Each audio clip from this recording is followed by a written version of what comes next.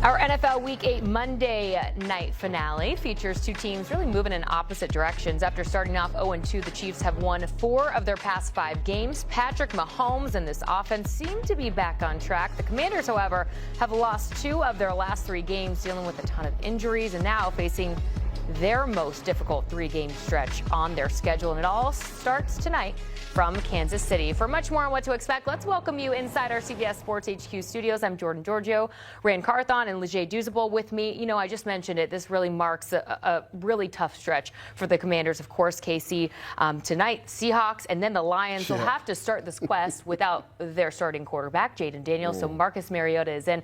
We were just talking with Logan Ryan a minute ago. I don't know if you guys heard, but he was on the Titans team with Marcus Mariota the last time Marcus faced the Chiefs, where he threw that touchdown pass to himself. Do you think we maybe see some more magic tonight, Rand? I mean, it's going to take some magic. Yeah, we definitely need it. Let's say that. But here's the one thing about Marcus Mariota and his fit in this offense.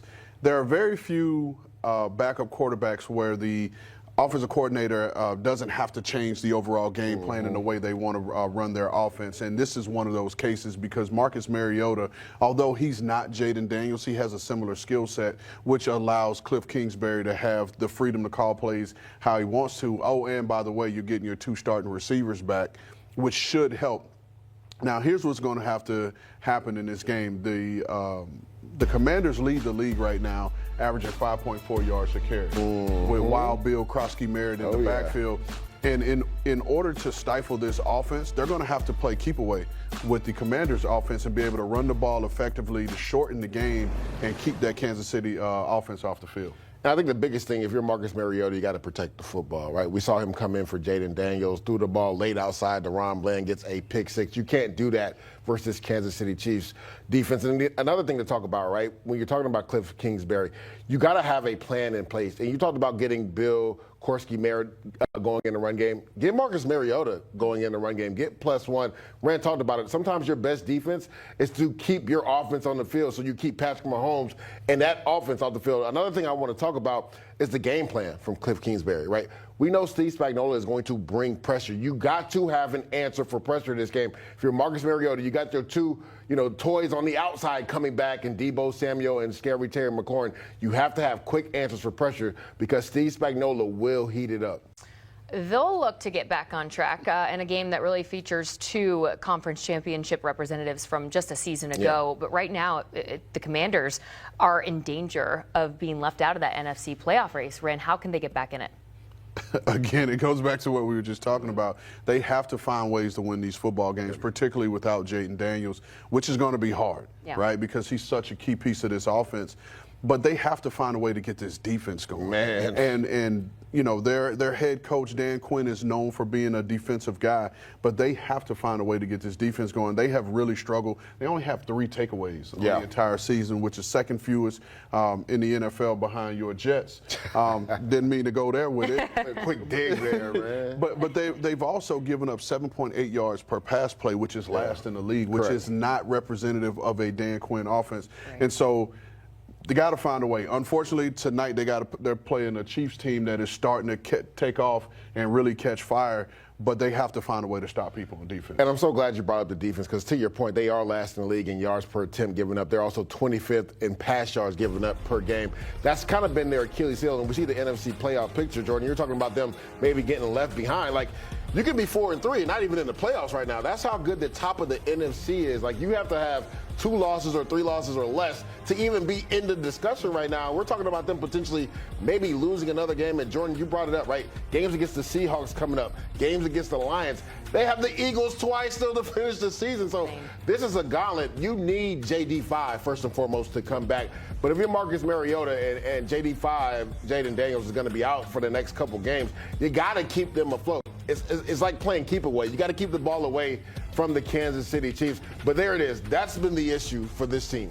The defensive ranks. I talked about how they're 25th in the league in pass yards given up, last in yards per attempt right there. And at the touchdown interception ratio, you talked about it, Rand. They only, I believe, have 3.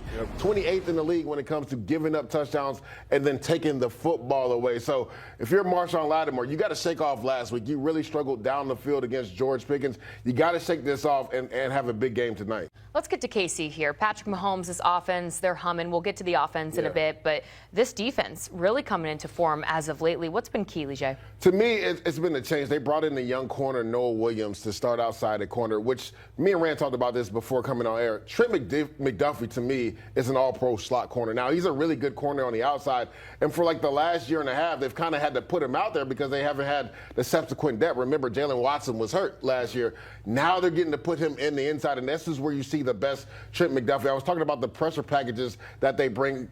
That also speeds up the quarterback's clock, right? Makes you throw the ball a lot sooner than you want to. And up front, they've actually played well as far as stopping the run because that was their Achilles heel first couple of weeks of the season. They could not stop anybody in the run game. So kudos to Steve Spagnuolo and kudos to Noah Williams being a young rookie coming in, understanding, playing for the Kansas City Chiefs. There's a lot of pressure there. I love that they've been able to move Trent McDuffie back to the slot. Yeah, and you talk about those guys up front, right? We all know George Karlaftis and Chris Jones, but they have gotten really good performances out of Leo Chenal, and the way they've been able to use him and his versatility really adds to it. And a guy like Charles Omenihu, who's played well, being able to play on the edge and set those edges in first and second down and kick inside. And because of his arm length, I think he has 35-inch arms. He's able to affect those throwing windows for the quarterback, even if he doesn't get home. And I think he has 2 or 3 sacks on the season. So you've been getting good performances out of people who aren't household names, which really helps that Steve Spagnuolo defense. Now back to this offense. It seems like they're starting to